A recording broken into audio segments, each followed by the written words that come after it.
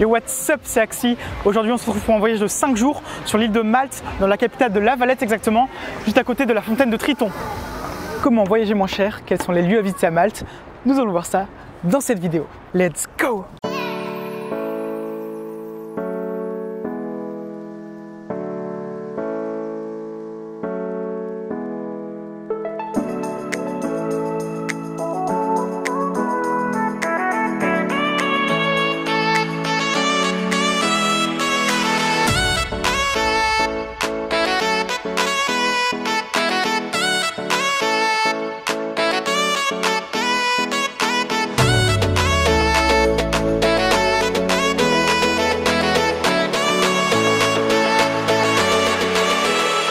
St. Peter's Pool, une piscine naturelle formée par la force de l'eau située à Marsaxlokk, non loin de la capitale de La Valette.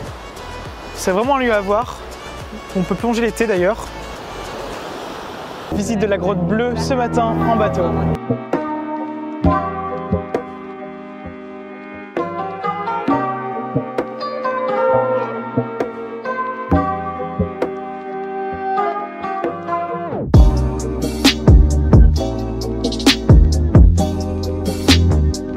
Et voilà, nous sortons de la grotte bleue. C'est fou ce que c'est beau. Pittoresque. Ça coûte 8 € pour à peu près 25 minutes. Franchement, c'est un truc à faire, c'est plutôt pas mal. Et on a vraiment kiffé, on en a pris plein les yeux. Le côté vraiment positif de venir en janvier, c'est qu'il n'y a personne. On n'a pas fait la queue une seule fois. On est arrivé, on a directement visité la grotte bleue. Et ça, c'est vraiment cool. On n'a pas attendu une seule seconde. Et franchement, en termes de climat, on est bien, il fait bon. 14-15 degrés, c'est super. Pour se déplacer sur l'île, on a loué cette magnifique Peugeot 108, plutôt confortable. Ce qui peut être assez perturbant, c'est que la conduite elle est à droite. Ici, le volant il est à droite et genre tu roules à gauche sur la route. Faut dire que sur la route, tu prends tout à contresens. Genre tu fais tout pareil qu'en France, mais à contresens, par la gauche. C'est un coup de main à prendre, mais c'est bien. Ça permet de développer d'autres sens, une certaine autonomie de la main gauche. On aurait pu prendre le bus pour 20 € la semaine, qui est d'ailleurs illimité sur toute l'île en fait. Mais on a préféré prendre la voiture. Donc voilà, c'est un choix à faire. On a payé à peu près 15 € par jour la voiture. Il y a plein de panneaux qui te défendent de rouler vite. Apparemment, il y a eu pas mal d'accidents dans le passé. Du coup, on a l'impression qu'ils ont vraiment essayé de limiter la vitesse des gens. Et là, mon gars, t'es sûr de pas avoir d'accident. Slow! Reduce speed now! Speed kills! Dingley Cliffs, les falaises de Dingley, un lieu imprenable sur la mer Méditerranée.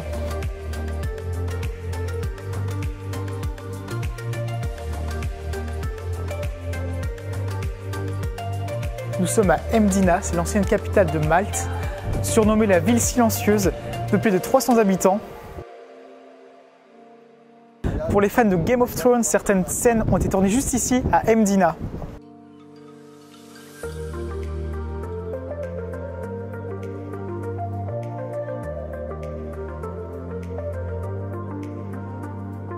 On vient de manger au Fontanella Tea Garden, c'est vraiment un restaurant hyper touristique, il y a vraiment plein de touristes. C'est assez bon, pas très cher.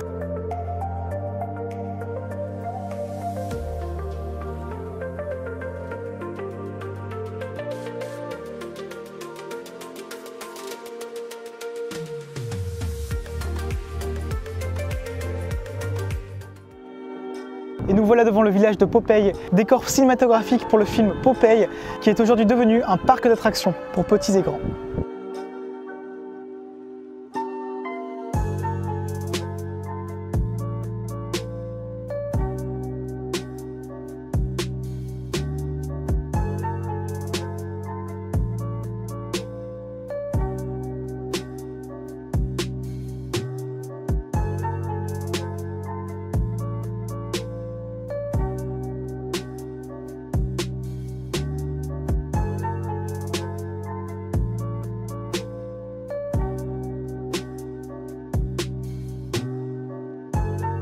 La tour Sainte-Agathe, tour d'observation militaire, située au bout de l'île de Malte, près de Gozo et de Comino. Nous rentrons dans le ferry en voiture.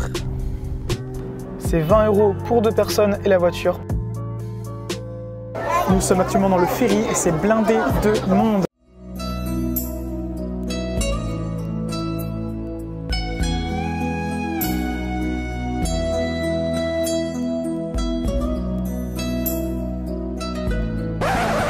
Pour le logement, on se loge en Airbnb. On a loué exactement 3 Airbnb sur l'île de Malte, sur Malte exactement, dans le sud de Malte, dans le nord de Malte et sur l'île de Gozo. On paye en moyenne 13 € la nuit par personne, donc à 2 ça fait 26 € la nuit. Je te laisse d'ailleurs mon lien de parrainage Airbnb en description afin que tu puisses profiter d'une réduction.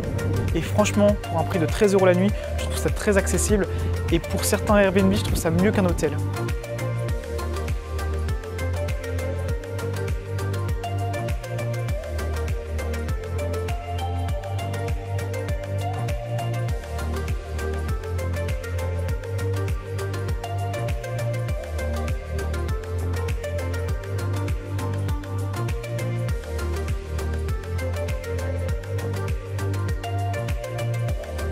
Nous sommes à Gozo, devant la fenêtre d'Azur, qui n'est plus la fenêtre d'Azur, puisqu'elle s'est écroulée le 8 mars 2017 lors d'une forte tempête. C'est dommage, ça paraissait beau pourtant.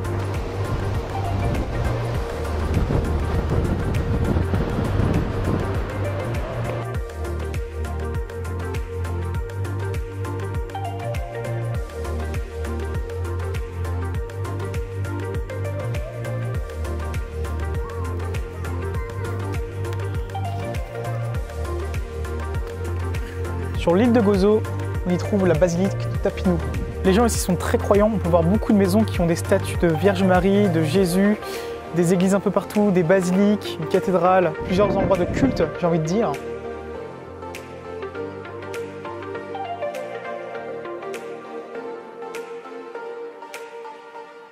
Salt Pans, les marais salants de Gozo. Ça n'a rien d'extraordinaire, mais c'est quand même beau à voir. Petit restaurant face à la mer, dans le restaurant Ixina Guaxija. C'est un nom imprononçable. La mer est vraiment juste à côté et ça reste vraiment abordable. La pizza, on la paye 8 €, c'est tout à fait abordable.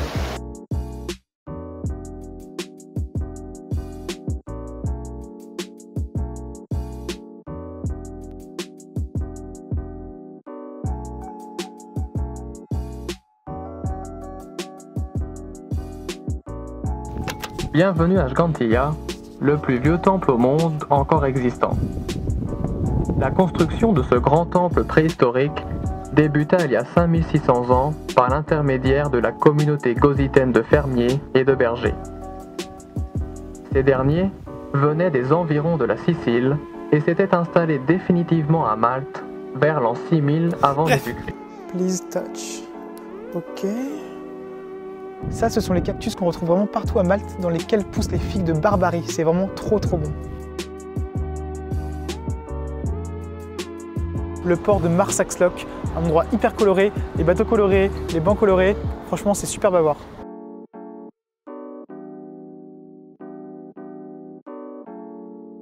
Devant le bateau Louzou, avec l'œil phénicien, qui est censé les protéger des aléas de la mer et leur favoriser la pêche.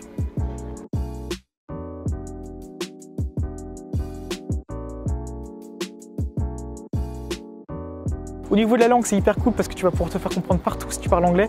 La première langue officielle, c'est le maltais. La seconde langue, c'est l'anglais. Et il y a aussi beaucoup de gens qui parlent italien. Il faut savoir qu'on est parti en basse saison. En effet, là, on est en janvier.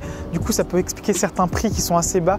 Mais franchement, je pars aussi l'été et j'arrive toujours à trouver des prix très bas. Et j'utilise en général un moteur de recherche pour comparer les vols. Il s'appelle Skyscanner. Pour les hébergements, j'utilise Booking. Donc, je te laisse mon lien de parrainage Booking en description pour avoir une petite réduction sur ta prochaine réservation.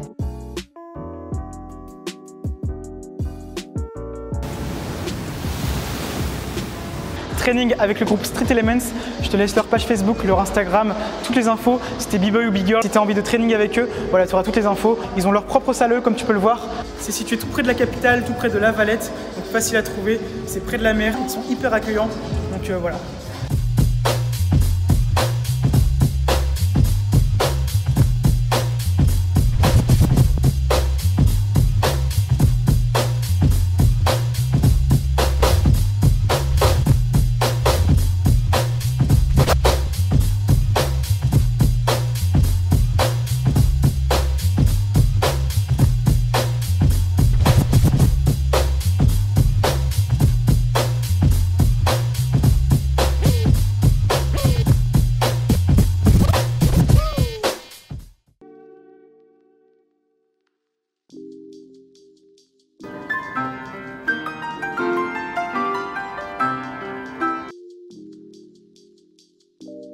Un endroit qu'on n'a pas visité, c'est l'église paroissiale de Mosta.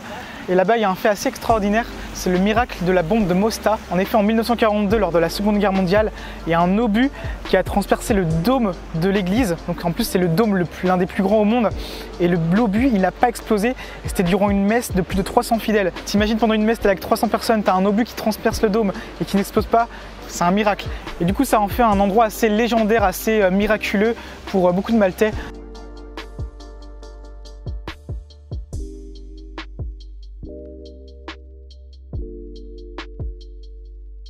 Si tu fais un tour à La Valette, je te conseille vraiment de venir dans cette rue. Ça s'appelle la Saint Lucia Street. Il n'y a aucun touriste et pourtant c'est tout près du centre-ville. C'est hyper beau, très coloré, plein de belles choses à voir. Tu viens prendre un petit thé, un petit café, tranquille, posé.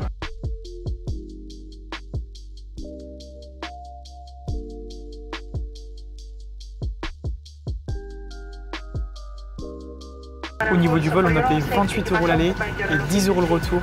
Ça fait un total de 38 € aller-retour. C'était avec la compagnie Ryanair et le moteur de recherche c'est Skyscanner. On en arrive à la fin de cette vidéo et de ce voyage.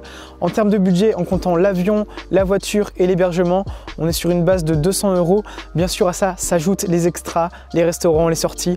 Donc au final, vraiment budget global, on est sur 300-350 € par personne, tout compris pour 5 jours. Donc c'est vraiment très abordable pour tout ce qu'on a fait. Si tu as aimé la vidéo, mets un j'aime, commente, abonne-toi, partage. Tu peux aussi me soutenir sur ma page Tipeee et Utip que je te mets en description. Si tu as des questions, des conseils ou des recommandations sur Malte, tu peux les partager en commentant la vidéo. Je me ferai un plaisir d'y répondre. Peace!